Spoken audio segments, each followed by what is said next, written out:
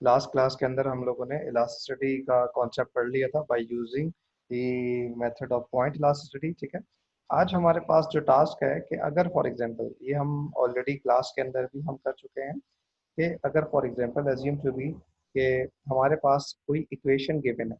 For example हमने कहा कि हमारे पास इक्वेशन किस फॉर्म के अंदर है। ये आई होप कि ये आपको स्क्रीन नज़र आ रही होगी। ठीक है, अगर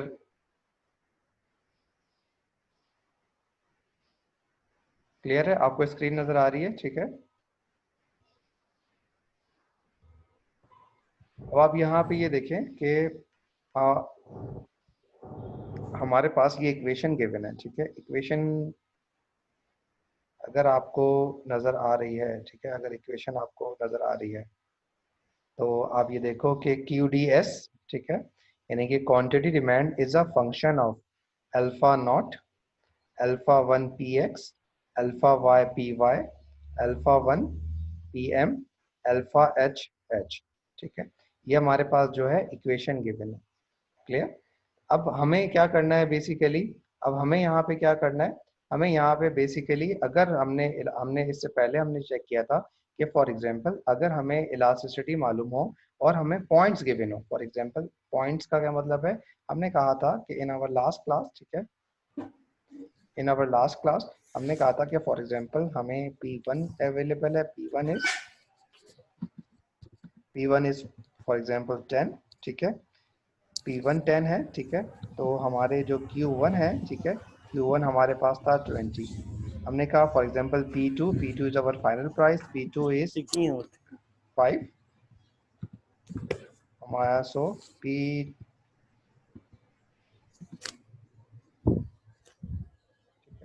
फॉर एग्जांपल हमने कहा था कि हमें प्राइस इलास्टिसिटी हमें मालूम करके बताएं। ठीक है, by using the method of point elasticity.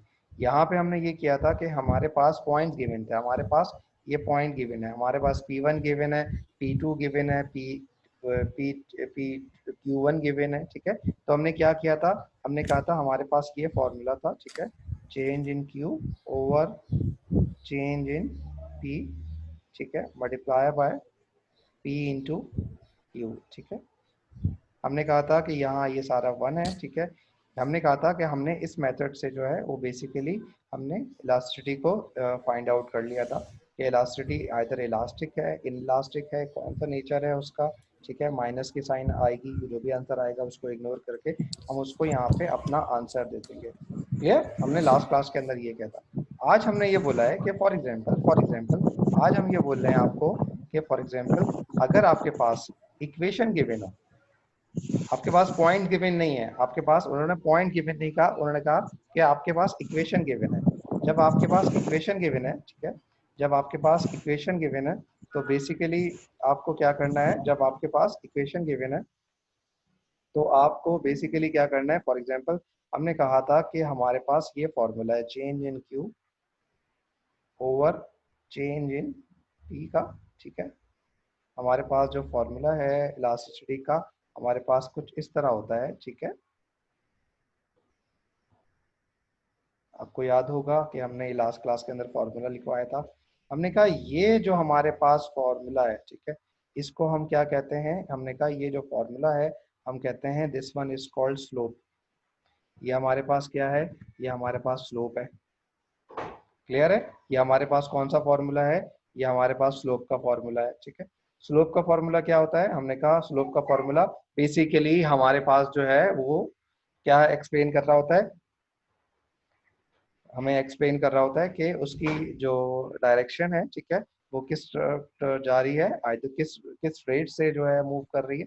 ठीक है, हमने कहा कि फॉर एग्जांपल जब हमने कोई इक्वेशन लिखी है, हमने जब कोई इक्वेशन लिखी है, हमने जब इक्वेशन यहाँ पे लिख दी है, ठीक है, तो ये जो इक्वेशन से पहले, फॉर एग्जांपल इससे पहले भी आपको समझाया था कि ये डिपेंडेंट वेरिएबल्स हैं, ये इंटरसेप्ट है, ये क्या होता है, ये स्लोप होता है। ये मैथमेटिक्स में इंटर की मैथमेटिक्स में अगर आपने इंटर मैथ से किया हुआ है तो आपको समझाया हुआ होगा। ठीक है, जब लाइन का कोई लाइन का जो इक्वेशन होती है, ठीक है, उसमें समझाया हुआ है कि ये आपको स्लोप कहते हैं या वो लोग रेडियन कहते हैं। ठीक है, ये आपको डायमेंशन बता रही है, ये रेट ऑफ चेंज बता रहा है आपको। क्लियर, ये आपको क्या बता रहा है, ये आपको रेट ऑफ चेंज बता रहा है। अब यहाँ पे P ऑफ X है, ये यहाँ पे P ऑफ X है और ये QD ऑफ X है, ये QD ऑफ X है, ये P ऑफ X है। इट मीन्स के अगर प्राइस इंक्रीज होती है तो क्वांटिटी डिमांड डिक्रीज हो जाएगी। इट मीन्स के यहाँ पे जो साइन आएगा, ये जनरल इक्वेशन लिखी हुई है हमने, अगर यहाँ पे जो साइन आएगा इट ऑलवेज नेगेटिव। क्लियर? यहाँ पे जो साइन होगा वो क्या होगा, वो हमारे पास नेगेटिव साइन होगा, जो कि शो कर रहा होगा, जो कि हमारे पास शो कर रहा होगा, किसको शो कर रहा होगा, ये लॉ ऑफ डिमांड को शो कर रहा होगा। अब आगे चलते हैं, यहाँ पे अल्फा वाई पी वाई लिखा हुआ है। What is P Y? It means के पी वाई, ये जो पी वाई है, ठीक है, ये जो हमारे पास पी वाई है, ये जो पी वाई है हमारे पास, ये हमें बता रहा है कि आइदर गुड इज सब्स्टिट्यूट और complement. Either good is substitute और कॉम्प्लीमेंट। सब्स्टिट्यूट और कॉम्प्लीमेंट का मतलब है कि क्रॉस इलास्टिसिटी का फॉर्मूला है, ठीक है। अब क्रॉस इलास्टिसिटी का फॉर्मूला क्या है? क्रॉस इलास्टिसिटी का फॉर्मूला जो है, हमने कहा change in Q over change in P, ठीक है। इट मीन्स के हमने कहा कि यहाँ पे अगर एक्स होगा, ठीक है, यहाँ पे अगर एक्स होगा तो यहाँ पे क्या होगा, यहाँ पे वाई होगा। क्लियर?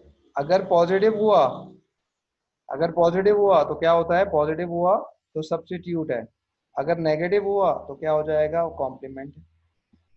ये भी जनरल फॉर्म में लिखा हुआ है, ठीक है।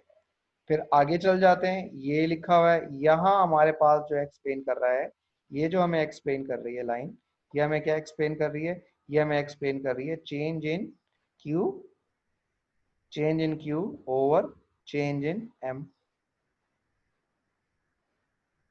Change in Q over change in M, ठीक है। ये भी इसी का स्लोप है, ठीक है, तो ये अल्फा एम से डिनोट हुआ है। अगर पॉजिटिव साइन आई तो हमने कहा कि नॉर्मल गुड है, और अगर नेगेटिव साइन आई तो हमने कहा इंफीरियर गुड है। क्लियर? अगर पॉजिटिव साइन आ रही है तो हमने कहा कि ये नॉर्मल गुड है, और अगर हमने कहा कि नेगेटिव साइन है तो ये हमने कहा कि ये हमारे पास इंफीरियर गुड है, ठीक है। हर एक की इलास्टिसिटी गिवन है। अब वहां पे क्या होता था, हम पूरे मेथड से उसको सॉल्व करते थे, हम पूरे मेथड से उसको सॉल्व करते थे और हम बताते थे, ठीक है। आज हमारे पास क्या है, आज हमारे पास ये एडवांटेज हो गया कि अगर हमारे पास इक्वेशन गिवन है, अगर हमारे पास इक्वेशन गिवन है, तो हमें जो है वो बेसिकली पूरा कंफ्यूज होने की जरूरत नहीं है। इट मींस कि ये स्लोप कैलकुलेट हुआ है। यहाँ से आपको क्या कैलकुलेट करना है, यहाँ से सिर्फ आपको डिमांड सप्लाई का जो हमने कॉन्सेप्ट किया था उसके अंदर भी हमने यही देखा था, यहाँ से हमें सिर्फ प्राइस एंड क्वांटिटी डिमांड को, यानी कि equilibrium price and equilibrium quantity को कैलकुलेट करना है। बाकी each and everything is given, ठीक है, each and everything will be given, ठीक है। तो वहां पे आपको क्या करना पड़ेगा, वहां पे आपको इस फॉर्मूले की हेल्प से आपको बेसिकली चीजें कैलकुलेट करनी है। क्लियर? अब आप ये देखें कि ये हमने क्या किया है, हमने बेसिकली हमने यहाँ पे ये देखा है कि इससे पहले जो हम मेथड यूज करते थे इट्स क्वाइट डिफिकल्ट, ठीक है। वहाँ पे हमें बहुत वो एक्सपर्टीज चाहिए होती थी मैथमेटिक्स की। यहाँ पे इतना ज्यादा नहीं है, यहाँ पे हमारे पास इतना ज्यादा नहीं है कि जो हम चीजों को कर सकें। क्लियर है? ठीक है। अब आगे चलते हैं, मैं आपको, ये हमारे पास जो फॉर्मूला है ये किसका है, ये हमारे पास है लीनियर कर्व का, लीनियर डिमांड कर्व का फॉर्मूला है। किस डिमांड फंक्शन का? लीनियर डिमांड फंक्शन का फॉर्मूला है, ठीक है, जो यहाँ पे आपको गिवन है। यहाँ पे देखो लीनियरिटी है, कोई लॉग नहीं है, कोई यहाँ पे वो नहीं है, तो हमने इसको कहा है कि लीनियर का अगर होगा तो इस तरह आप सॉल्व करो।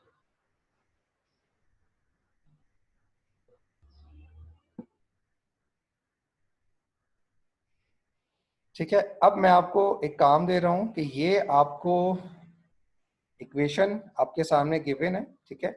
इक्वेशन आपके सामने गिवन है, Q D X is equal to 100 minus minus 3 px plus 4y minus 0.1 m, ठीक है, प्लस 2a। अब आपको यहाँ पे क्या करना है, ठीक है,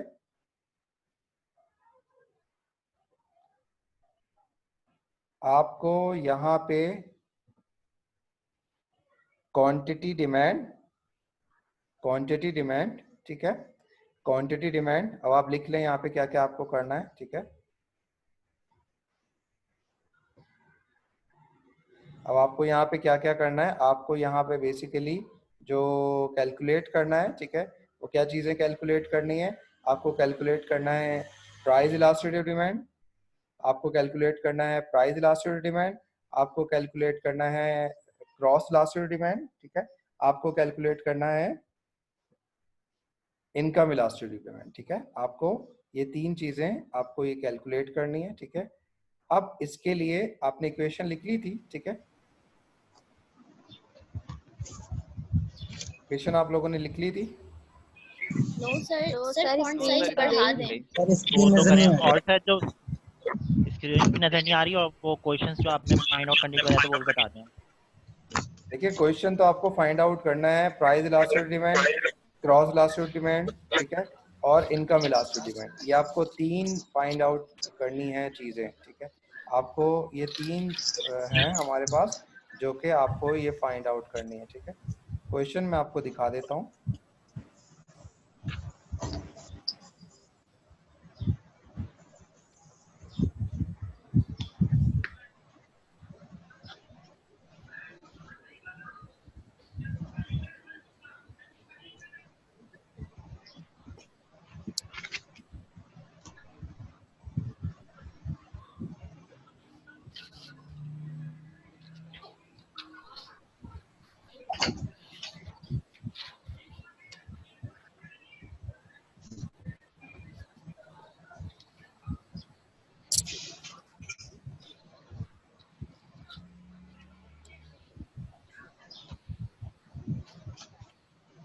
तो आप इसको लिख लीजिएगा, ठीक है, अच्छी तरीके से। ये आपको नजर आया? सर स्क्रीन शो नहीं हो रही आपकी सर। एक सर मिनट। स्क्रीन नहीं आ रही बिल्कुल भी। सर स्क्रीन नहीं आ रही है आपकी।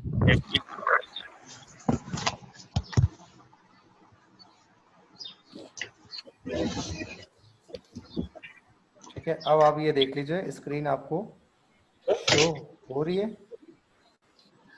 हाँ सर।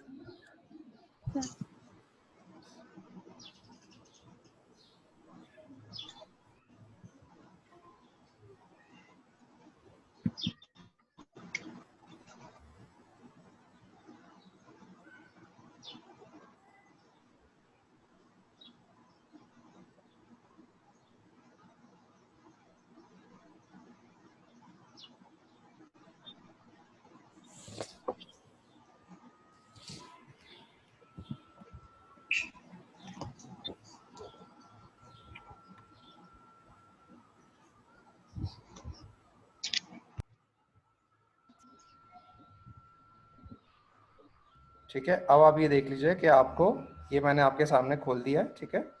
अब आप इसको चेक कर लें। इसको मैं बड़ा फॉन्ट भी इसकी मैं बड़ी कर देता हूँ, ठीक है, ताकि आपको कोई प्रॉब्लम ना हो, ठीक है।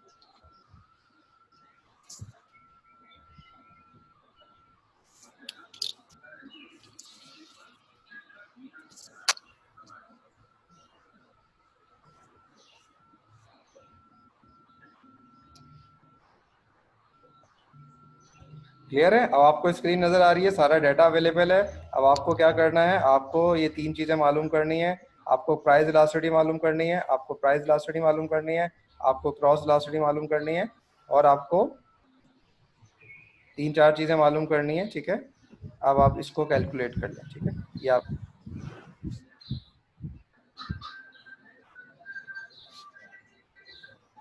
अब आप ये देखें कि इसको सबसे पहले हमें ये देखना है, जब भी आप कोई सवाल आप न्यूमेरिकल आप करते हो, ठीक है, तो इसमें ये देखना होता है कि फॉर एग्जांपल हमें कैलकुलेट क्या करना है। देखें इसमें लिखा हुआ है intercept on price, cross elasticity, income elasticity of demand. देखें इट मींस कि प्राइस इलास्टिसिटी डिमांड कैलकुलेट करना है।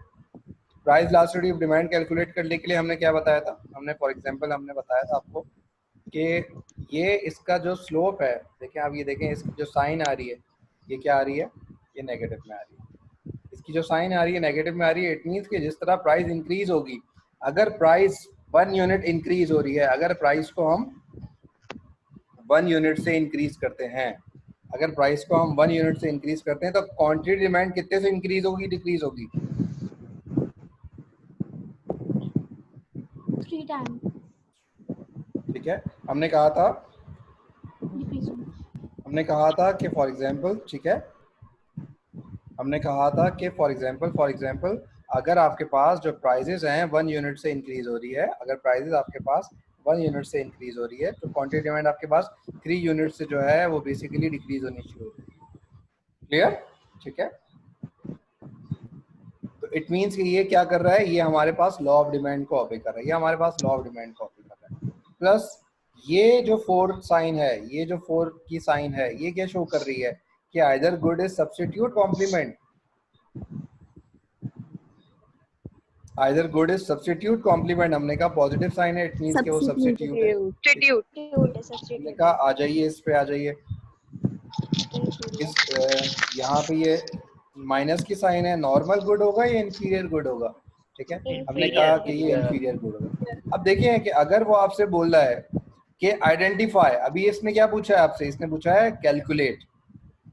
अगर वो पूछता है identify the good, the nature of the good, either good is elastic in elastic, ठीक है, उसके लिए आपको कैलकुलेट करना पड़ेगा। लेकिन अगर आपसे पूछता है कि either good is normal and inferior, तो आपको कैलकुलेट करने की जरूरत नहीं है, आप डायरेक्ट इसको सॉल्व कर सकते हो। आपने यहाँ से देख के बता दिया कि ये इंफीरियर गुड है। अगर वो आपसे पूछता है कि ये सब्स्टिट्यूट है, कॉम्प्लीमेंट है, तो यहाँ पे आपके पास क्या होगा, जवाब होगा कि ये आपके पास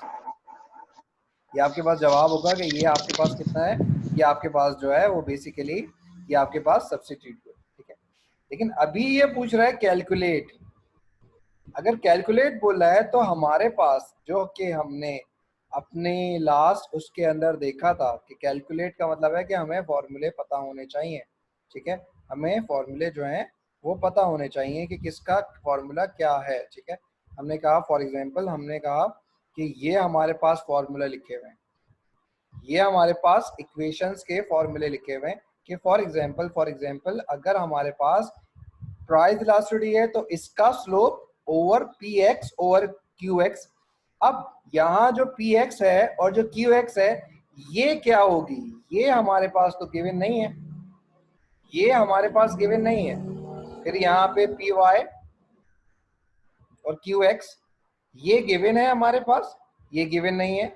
एम ये गिवन है, ये गिवन नहीं है। इट मींस कि ये क्यू एक्स है और ये जो पी एक्स है ये हमारे पास क्या होंगी, ये हमारे पास इक्विलिब्रियम क्वांटिटी, ठीक है, और हमारे पास इक्विलिब्रियम प्राइस की बात कर रहा है। अगर हम लाइन की बात करेंगे, लाइन का मेथड से आपके पास कोई सवाल आ गया है एग्जाम में, ठीक है, तो हमारे पास क्या होगा, हमारे पास इक्विलिब्रियम क्वांटिटी और इक्विलिब्रियम प्राइस को पहले फाइंड आउट करना पड़ेगा। क्लियर है? क्लियर है? ठीक है, हमें क्या करना पड़ेगा, हमें सबसे पहले इक्विलिब्रियम प्राइस और इक्विलिब्रियम क्वांटिटी को फाइंड आउट करना पड़ेगा। अब यहाँ पे आप ये देखिए, ठीक है, अब आप यहाँ पे ये देखिए, फॉर एग्जाम्पल हम ये कहते हैं कि यहाँ पे हमारे पास, ठीक है, हम ये कह रहे हैं कि फॉर एग्जाम्पल ये हमारे पास इक्वेशन गिवन है, ठीक है, इक्वेशन गिवन है। अब देखिए कि फॉर एग्जाम्पल मैं इसको यहीं पे सॉल्व करने की कोशिश करता हूँ, ठीक है, आई होप कि आप लोगों को समझ में आ जाएगा। 100, ठीक है, माइनस 3 पी एक्स आपको कैलकुलेट करना है, ठीक है, पी एक्स आपको बेसिकली कैलकुलेट करना है। हमने कहा प्लस 4 वाई, वाई कितना है, वो पी वाई कितना है 4, पी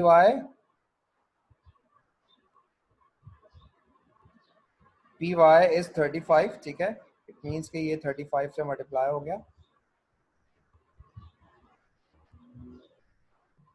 माइनस 0.01, एम कितना है, एम हमारे पास है 20,000,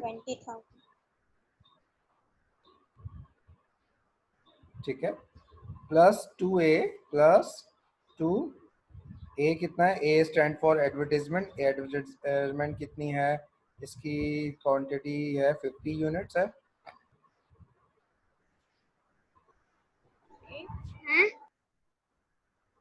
ठीक है। अब आप यहाँ पे देखें तो हमारे पास P, ये सारी चीज़ें कैलकुलेट हो गई हैं, ठीक है, हमने क्या कहा कि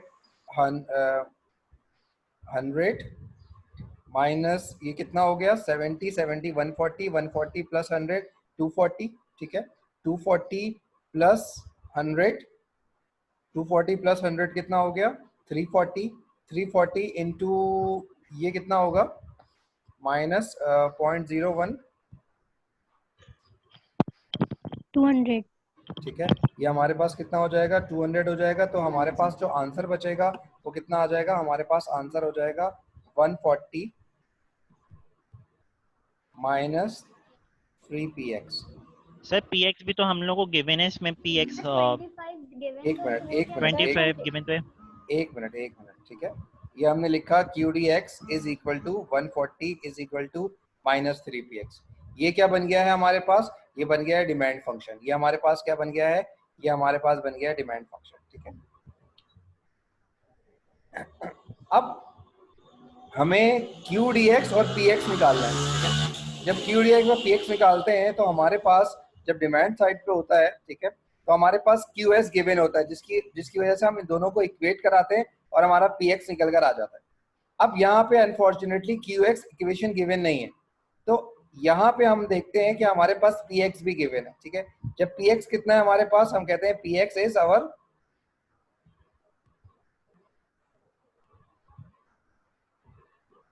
PX हमारे पास कितना है, PX हमारे पास 25 है।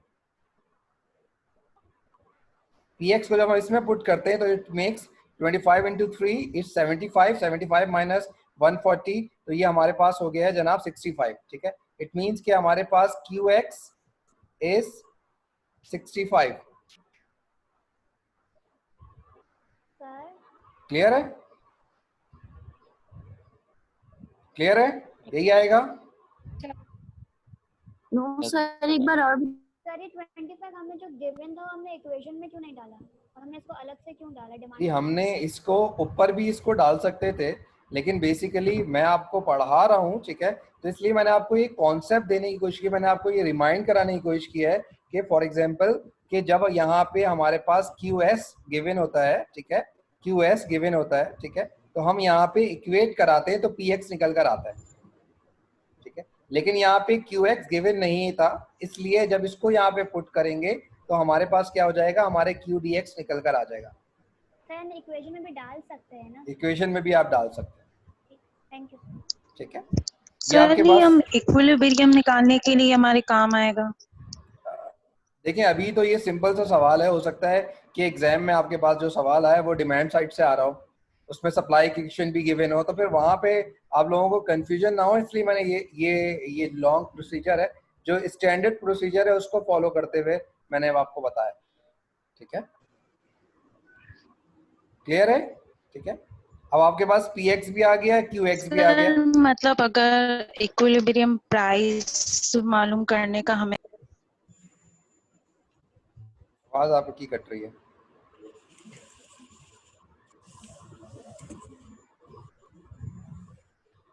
ठीक है, जब आइएगा तो पूछ लीजिएगा मुझसे। अब हमारे पास क्या है, हमारे पास प्राइस इलास्टिसिटी ऑफ डिमांड हमें कैलकुलेट करना है, ठीक है। Price elasticity of demand calculate करना है, उसके लिए हमने कहा अब मैं डायरेक्ट इसको फॉर्मूले में रख रहा हूँ, -3 इंटू 25 डिवाइडेड बाय 65। आंसर क्या आ गया, आंसर हमारे पास आ गया है जनाब। सर आपकी आवाज बिल्कुल प्रॉपर नहीं आ रही है, कट कट के आ रही है बहुत। कट